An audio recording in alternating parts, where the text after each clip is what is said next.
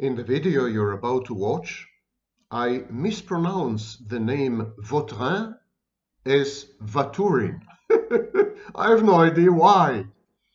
Vautrin is one of the protagonists in Le Père Goriot, or Father Goriot, or Old Goriot, depending on the translation. He's having a dialogue with a younger protagonist, de Rastignac. The book is one of a series known as La Comédie Humaine. And Balzac, the author, wrote these books. And in these books, the character of Vautrin appears several times. Vautrin is not his real name, actually. His real name is disclosed in another book. And he has two nicknames. One of them he received in prison. I encourage you to read the series. It's fascinating, or at the very least, a fascinating documentation of a world long gone. And now, delve right into the video. And whenever you hear Vaturin, remember, it's Vautrin.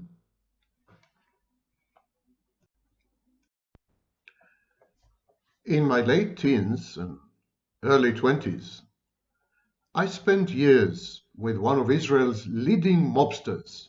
Yes, you heard correctly. Mobster. Moi. I toured the underworld like some kind of Greek mythical figure. I must say, as an aside, that I have witnessed more wisdom and solidarity and empathy among the criminals than I have in academia or in business or in the healthy, normal world out there. So much for the distinctions between antisocial and prosocial. But today's topic has to do with hard work and the success that is supposed to follow. I'm mentioning the mobster who had adopted me kind of and became my surrogate father. I'm mentioning him because once I asked him, "Tell me, what is the secret of success?" And he said, "Listen, Shmuel, there are only two ways to succeed in life. Either you exit the right hole or you enter the right hole." Yes, I never said he was a refined scholar, but there's a lot of wisdom in what he told me. Actually, he was preceded by a towering intellect whose name was Balzac. And Balzac wrote a book called Père Goriot in 1835. And here is a segment, here is an excerpt from Père Goriot. There is a guy there, his name is Vaturin, and Vaturin explains to Rastignac what is the secret of success in life. Listen well, you may learn something. Vaturin explains to Rastignac that it is illusory to think that social success can be achieved through study, talent, and effort. And here is what he tells him. By the age of 30, you will be a judge, making 1,200 francs a year if you haven't yet tossed away your robes. When you reach 40, you will marry a miller's daughter with an income of around 6,000 livres. Thank you very much. If you're lucky enough to find a patron, you will become a royal prosecutor at 30 with compensation of 1,000 écus, the equivalent of 5,000 francs at the time. And you will marry the mayor's daughter. If you're willing to do a little potential dirty work, political dirty work, you will be a prosecutor general by the time you're 40.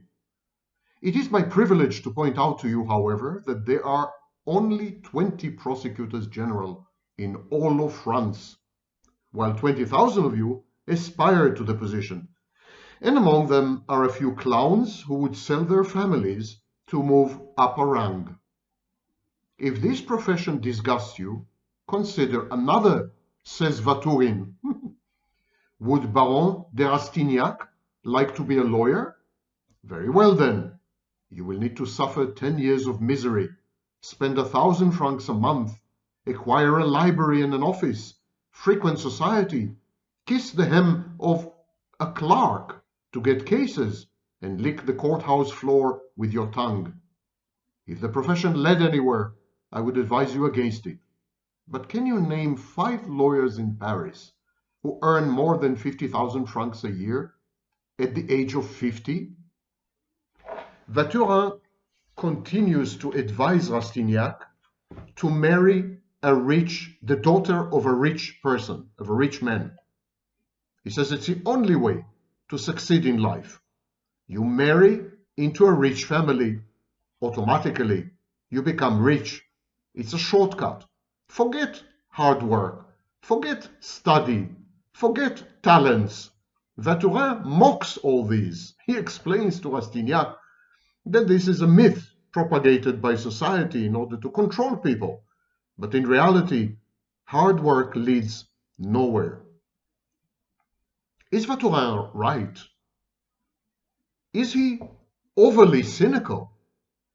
Is it true what he says? Well, according to Harvard Business School, it is true. What you need to be successful are basically 3 things.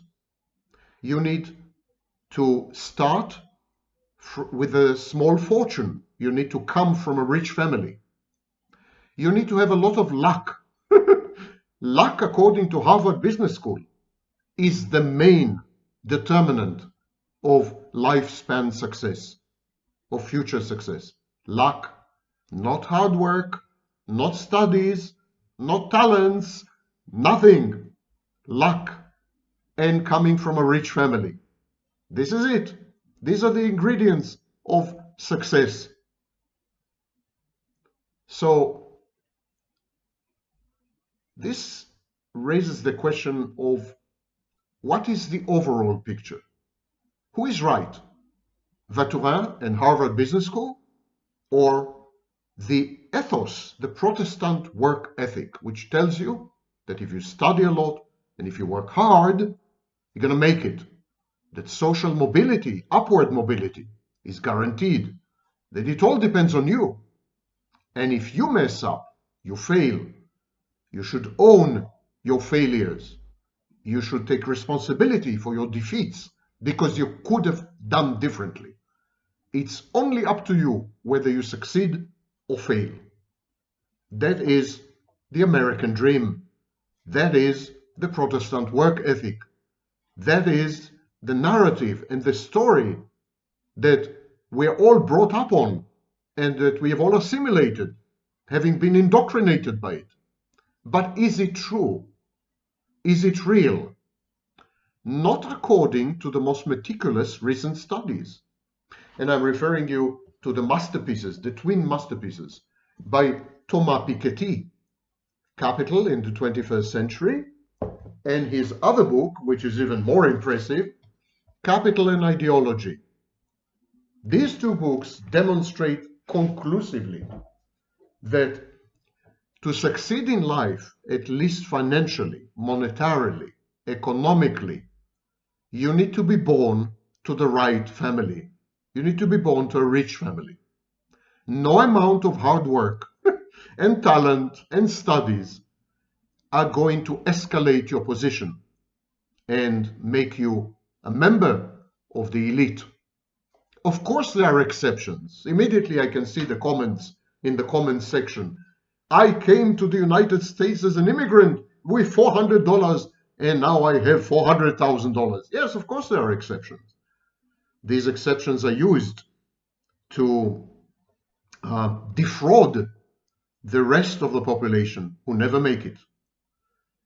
According to Piketty and other economists, 99% of the time, you heard me right, 99% of the time, you're unlikely to make it. The 1%, they control 50 to 60 to 70 to 80 to 90, depending on the period of history. They control between 50 and 90% of the economy. And these 1%, within this 1%, most of the capital is inherited, is a result of inheritance. I'm not telling you to not work, because if you don't work, it will be extremely difficult for you to buy groceries. And if you don't buy groceries on a constant basis, you're very likely to die, which is not recommended. So you do need to work. Of course you need to work. And you might need to buy the latest iPhone or you will die, obviously. So yes, consumerism is the intoxication of the mind, the religion that coerces you to study, to take on student debt, to invest, to work hard, to climb the corporate ladder, and so on and so forth. However, the statistics don't lie. In 99% of the time, you will fail. You will not make it. As simple as that. Now, I've had a period in my life of 2 years where I've been a professional gambler, not a pathological gambler, a professional gambler, which is the opposite of pathological gambler. And as a professional gambler, I can tell you, the odds in any casino, however stacked against you, are much better, infinitely better, than the odds against you in the game of life. The game of life, you're bound to lose. Period. End of story. You're being lied to. You're being deceived. You're being deceived by the very 1%, by the very elite, who want you to believe, who want you to be subservient, who want you to collaborate, who want you to contribute and donate your time, your skills, your talents, your intellect, your efforts, your hard labor. They benefit, not you, of course. Oh, sure, they pay you a salary, they compensate you somehow, but it reflects a tiny amount of what you produce. There is a fallacious theory in economy. It's known as the theory of marginal productivity. It's as if your salary reflects your contribution. It doesn't. It doesn't even reflect a fraction of your contribution. The people who belong to the 1% are rapacious. Okay, that's a general introduction. And now that I've introduced you to the thinking, to the conceptual framework, let's transition to my favorite topic, narcissists. Some narcissists are slackers. They're indolent. They're lazabouts. They are pathologically and constitutionally lazy. They refuse to study. They refuse to work hard. They refuse to invest. They refuse to pay attention to details. They refuse to be committed to any career or any vocation or avocation. They just lounge about, enjoying life and sailing through it as if nothing is the matter. These are the slacker narcissists. But there's another group of narcissists. These narcissists are driven, they're ambitious, they're obsessed with work. They constantly toil and study and invest, and they have no leisure time, they have no relationships, they're workaholics. Two groups of narcissists. The vast majority of narcissists are actually slackers. They're indolent. They hate the idea of work because they're entitled. We'll come to it in a minute. There's a small group of narcissists, and they're known as prosocial or communal narcissists, who elevate the very idea of work to a kind of religious significance. They believe that work is what holds society together, is the glue that allows communities to flourish and so on and so forth, and the individual to climb the social ladder and succeed.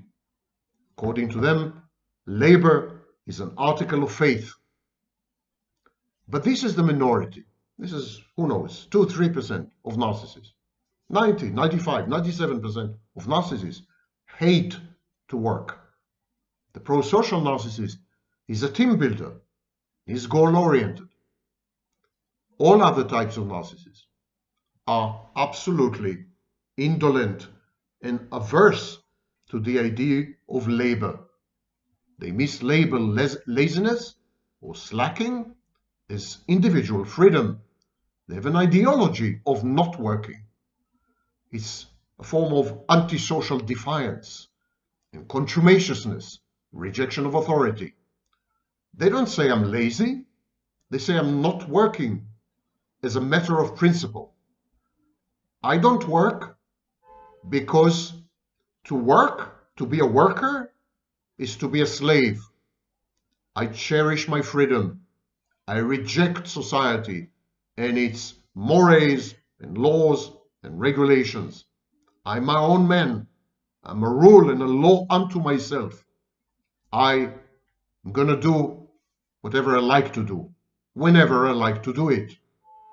And so I laze about, not because I'm lazy or indolent or no good, but I laze about as a kind of virtue signaling, as a kind of protest. I am above society's injunctions and edicts. I am unshackled. I am the opposite of a slave. And there's, of course, an element of grandiose entitlement. The narcissist's inner monologue is, I'm entitled. I'm entitled to everything. I'm entitled to special treatment by special people. I'm entitled to sex. I'm entitled to have money and be rich. I'm entitled to be respected and recognized, and so on. But I'm entitled to all these by virtue of merely existing. I'm God's gift to humanity. People should recognize this. My life has a cosmic significance. Only idiots would not realize it. So I don't have to work hard. I don't have to study. I don't have to invest. I'm a natural phenomenon. I'm a force of nature. I am intelligence and intellect reified. I am the essence of success. And so I deserve all these perks and all these favors and all this income and all this respect and all this recognition. I deserve everything because I exist. I don't need to work. Work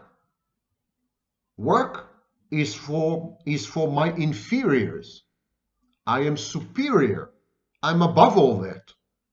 If I were forced to work, if I were to enter the grind and tread the mill and so on, that would prove that I'm not special. The narcissist says, my indolence is proof of my uniqueness, that I have chosen to not work, that I've renounced work, is a sign of my specialness, because very few people can do that. And in the narcissist's mind, nothing is beyond the narcissist's ken and orbit and capacity. The narcissist can accomplish anything, can do anything. It's a form of magical thinking. The narcissist tells himself or herself, you don't have to work hard, you just have to wish hard. Just wish. Just think about it. Just focus, and it will happen. The narcissist confuses cognitive processes, such as wishing, with external circumstances because the narcissist cannot tell the difference between external and internal. Whatever happens in the narcissist's mind is as real to the narcissist as whatever happens outside his body or her body. So there's a lot of magical thinking here. I don't need to work. I just need to wish it. I want to be rich. I don't need to study. I don't need to invest infinite hours in the workplace. I don't need to certify myself. I don't need to advance. I don't need to negotiate coalitions and create teams. I don't need to collaborate. I don't need all this hassle. I don't need all this tedium. I don't need all this. All I need to do is sit back in my armchair with my beer and close my eyes and think to myself, I'm going to be rich because I want to be rich. whatever it is that I want, whatever it is that I wish, is bound to come true. Because I am who I am, a godlike perfect entity whose mere thinking has an impact on the world. The universe arranges itself to cater to my wishes. And I don't have to play the game. I don't have to pretend the role. I don't have to be who I'm not. I don't have to succumb to workplace regulations and rules. I don't have to go to work every morning. I don't have to go through these pedestrian, humdrum experiences. They're not for me. I'm above all that. I am divine. And so these are the ideological and emotional foundations of the narcissist's indolence, laziness, and slacker mentality. It's not even Big Lebowski. Big Lebowski simply had a philosophy of life, which regarded ambition and drive as essentially antisocial qualities. So the Big Lebowski chose what appears to us to have been indolence and laziness and so on, not because he was indolent and lazy, but because he thought that the alternative is corrupting and dangerous, actually. The alternative of being ambitious and driven to the point of callousness and disempathy and ruthlessness and cruelty. The narcissist is not a Big Lebowski. He is not a great lover of humanity. The narcissist simply believes that his mere existence, his mere being, are sufficient qualifications and enough of an investment, and that he should just sit back and await, just wait, and everything will come his way. And this leads us full circle to my mobster friend. My mobster friend's advice was a narcissistic advice. If you're not born to the right mother, if you don't exit the right hole, then find a hole you can enter. Find a rich wife. That's exactly the advice that Vaturin gives to Rastignac. He tells him, forget studies, forget hard work, forget having a career, it will get you nowhere. With a single stroke of seducing the daughter of a rich man, you can make it happen. All your dreams and all your fantasies, realized and materialized on the spot.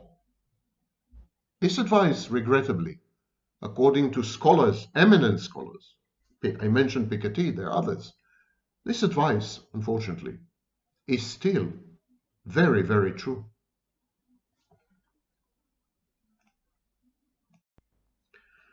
And of course, this state of mind leads to the belief that shortcuts are legitimate. To go from point A to point B, one does not have to traverse the entire distance. One can fake it till one makes it, or one can defraud other people, leverage their assets and talents and erudition and skills and access and so on and so forth. Scamming, in other words, is legitimized. Swindling is the way to go. And so I want to end by reading to you a comment I've received from someone online. The glorification of scamming. That person wrote to me, I wanted to see if you could one day do a video on the recent rise of grifter culture in the United States and how scam artistry has become legitimized and now is seen as an acceptable career path. In the US today, multi-level marketing companies, pyramid schemes, have become so psychopathic that they even have begun to run rehab facilities to attract compromised people in their most vulnerable state. I live in the United States, and the rise and legitimization in predatory behavior has reached unprecedented levels. Exactly. If you don't believe in studies, in studying, if you don't believe in hard work, if you have no ethics connected to investment and commitment and perseverance and resilience, if you believe that you are owed everything, you're entitled, and you don't have to accomplish anything, and you don't have to demonstrate anything, and you don't have to be tested and examined, and if you believe that by virtue of your existence, everything should come to you, riches, recognition, fame, then you would be sorely tempted to adopt shortcuts. The shortcut mentality and the shortcut economy now have become predominant because there is this ethos that education is a waste of time, that hard work is for suckers, that there are definitely ways to become rich quick. It's not a myth and it's not a deception. It's true. And of course, the society of consumerism, society that is founded on consumerism, encourages you to think this way. There is a magic bullet. There is a button to push. There's a single decision that separates you from the dreams and fantasies of your life.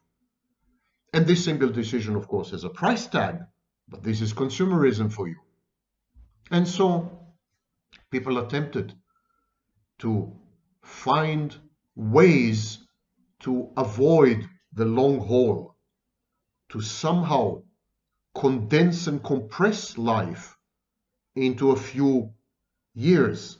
Rather than 50, maybe 5. Rather than 5, maybe 2. Rather than 2, maybe 6 months. The shorter, the better. And there is this emphasis on hacking. Hack your life. Hack the situation.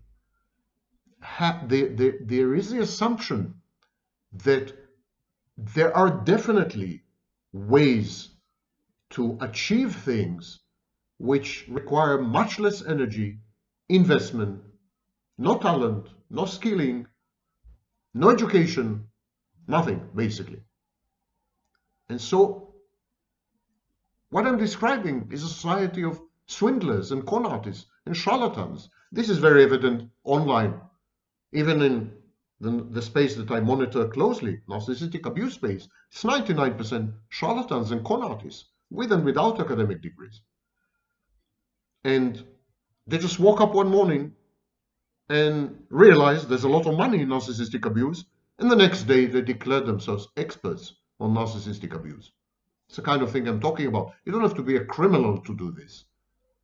You just have to be a charlatan, and you have to have a very compromised conscience or sense of propriety.